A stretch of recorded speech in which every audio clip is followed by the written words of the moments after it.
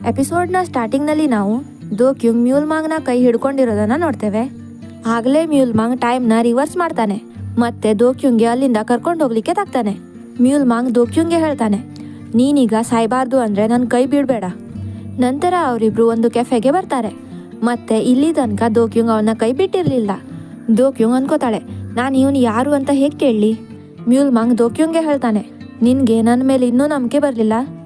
ನಂತರ ಮ್ಯೂಲ್ ಮಾಂಗ್ ಅವಳಿಗೆ ನಂಬಿಕೆ ಬರೆಸ್ಲಿಕ್ಕೆ ಇಡೀ ಕೆಫೆಯ ಲೈಟ್ ತೆಗಿತಾನೆ. ಆದರೆ ದೋಕ್ಯುಂಗ್ ಇದು ಕೋಇನ್ಸಿಡೆಂಟ್ ಇರಬಹುದಲ್ಲ ಅಂತ ಹೇಳ್ತಾಳೆ. ನಂತರ ಮ್ಯೂಲ್ ಮಾಂಗ್ ಎಲ್ಲರ ಫೋನ್ ಸ್ವಿಚ್ ಆಫ್ ಮಾಡ್ತಾನೆ.